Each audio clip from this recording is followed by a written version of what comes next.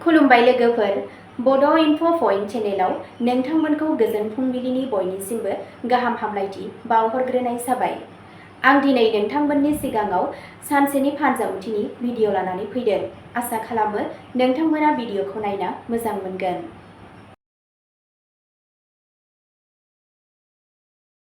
दिनै 3 फेब्रुआरि 2026 मायथाइ एबा 20 माघ दान 1432 मायथाइ मंगलबार।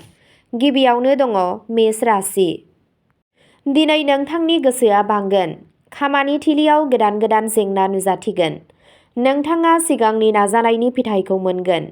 रांखान्थियारि आरो रां खाथायनायनि बेलायाव सांग्रांथि थानाया गोनांथार।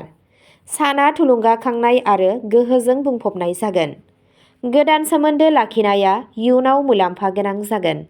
गोसोआरि गोजोन लाखि।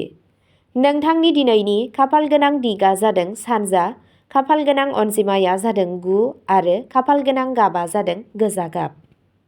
बृषभ राशि। दिनै नोंसोर नखरनि बाथ्राफोराव हेफाजाब मोनगोन। धैर्य आरो संयमजों खामानि माव। गोबाव जानाय खामानिफोरा दावगानो हागौ। नोंथांनि गोसोआव गोजोननाय आरो दिदोमथि थागोन। साना मुखुब जागोन, नाथाय जाफुंसारनाया फैगोन। नोंथांनो लोगोफोरनि हेफाजाब मोनगोन। रां थिसननायजों सोमोन्दो गोनां थिरांथाफोरखौ सांग्राङै ला। नोंथांनि दिनैनि खाफाल गोनां दिगा जादों साहा, खाफाल गोनां अनजिमाया जादों 6 आरो खाफाल गोनां गाबा जादों क्रिम गाब। मिथुन राशि।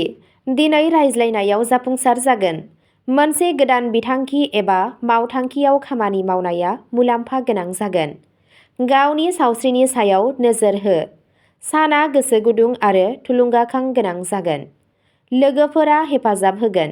गोदान सानस्रिफोरा नोंथांनि थुलुंगाखांनायखौ बांहोगोन। नोंथांनि दिनैनि खाफाल गोनां दिगा जादों सा-सानजा, खाफाल गोनां अनजिमाया जादों 5 आरो खाफाल गोनां गाबा जादों गोथां गाब। कर्क राशि।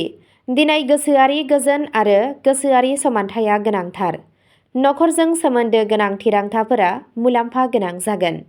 गोजाम फारागथिफोरखौ सुस्रांनो हागौ। सावस्रिया सरासनस्रा जागोन।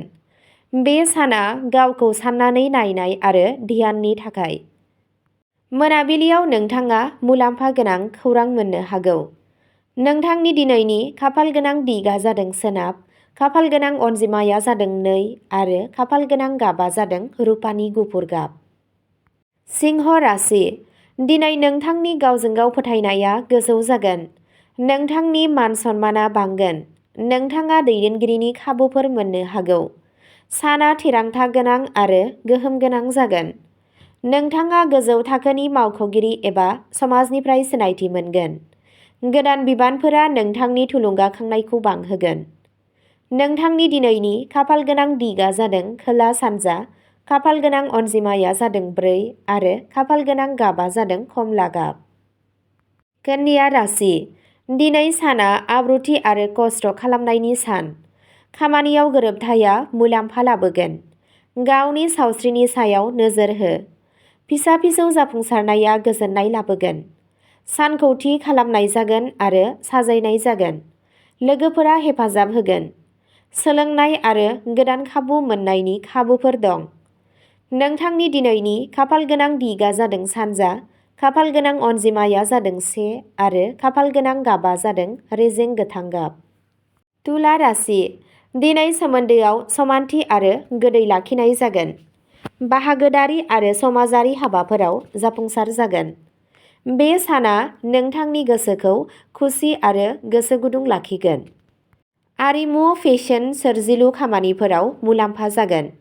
गोजाम लोगोजों सोमोन्दो लाखिनाया मुलाम्फा जागोन। नोंथांनि दिनैनि खाफाल गोनां दिगा जादों साहा, खाफाल गोनां अनजिमाया जादों 7 आरो खाफाल गोनां गाबा जादों अख्रां गोथां गाब। वृश्चिक राशि। दिनै गावनि खामानियाव गोसो हो। थाबथानाय खामानिफोरा दावगानो हागौ। गोसोनि आबेगखौ बोहैनायनिफ्राय गोजानाव था। साना थिरांथा गोनां फिथाइ लाबोनो हागौ।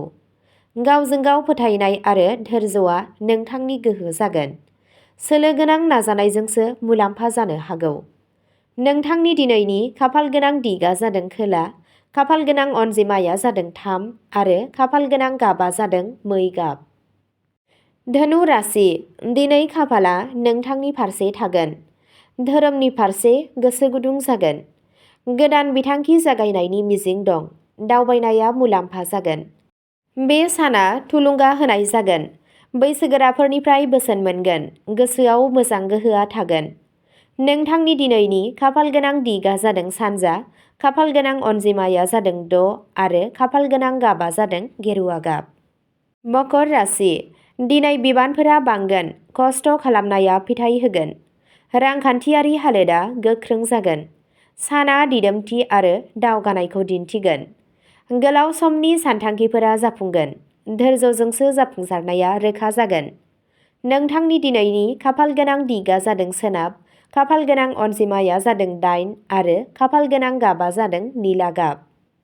कुम्भ राशि दिनै गोदान सानस्रि आरो सानस्रिफोरा मुलाम्फा जागोन। टेकनिकेल आरो सोरजिलु खामानिया जाफुंसार जागोन। लोगोफोरनि हेफाजाब होनाया थुलुंगाखांनायखौ बांहोगोन। साना मोजां गोहोजों बुंफबनाय जागोन। सिनायथिया गुबुन नोजोरनिफ्राय फैगोन। गोदान खाबुफोर ओंखारनो हागौ।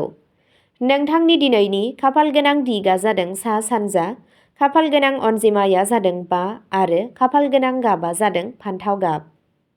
मीन राशि दिनै गोसोआ सिरि आरो दिदोम थागोन। नोंथाङा गोसोआरि हाबाफोरनि फारसे गोसो जागोन। सोरजिलु नाजानायफोराव जाफुंसार जानो हायो। गोसोआरि गोजोननायखौ मोनदांगोन। साना गोजोन जागोन। मुलाम्फा गोनां खौरां मोननायनि जाथावना दं। नोंथांनि दिनैनि खाफाल गोनां दिगा जादों साहा, खाफाल गोनां अनजिमाया जादों 7 आरो खाफाल गोनां गाबा जादों रेजें निला गाब। अब्ला दिनैनि राशि फरायथिनाय एबा फानजामुथि फरायथिनाया एसेनोसै। गोजोन्थों।